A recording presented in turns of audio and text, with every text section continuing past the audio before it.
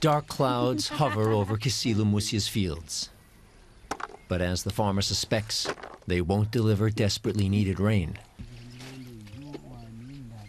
3 rainy seasons have already come and gone in South Kyria, where Kisilu and his wife Christine live. All they can find to pick are some legumes. Otherwise, the entire maize crop, their main income source, has dried up.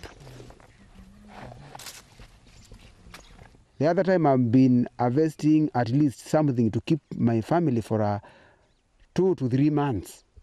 But now I'm harvesting almost nothing. Even it won't keep me for a week. 7 years ago, Kisilu began a video project to document the climate changes in his region. He's experienced a lot of weather extremes, including droughts and floods, but it's never been as bad as it is now. Instead of being able to sell his harvest, the farmer has to go to market to buy his maize. A staple in the Kenyan diet, the amount he can actually afford keeps getting smaller and smaller.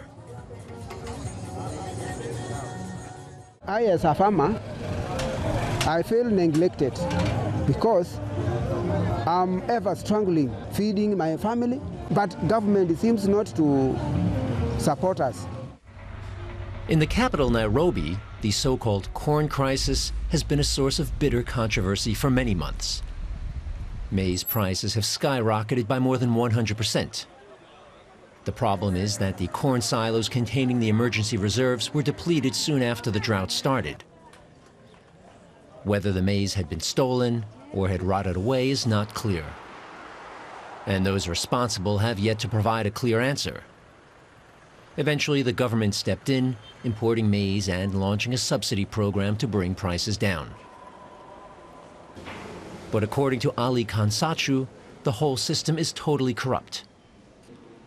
The financial expert says both politicians and business people are enriching themselves through special import licenses.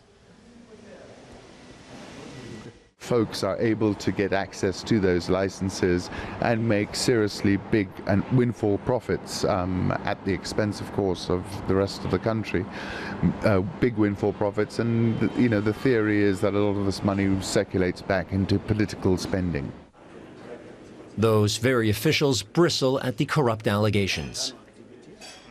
They claim the government has done its best to counter the country's food shortages from the get-go.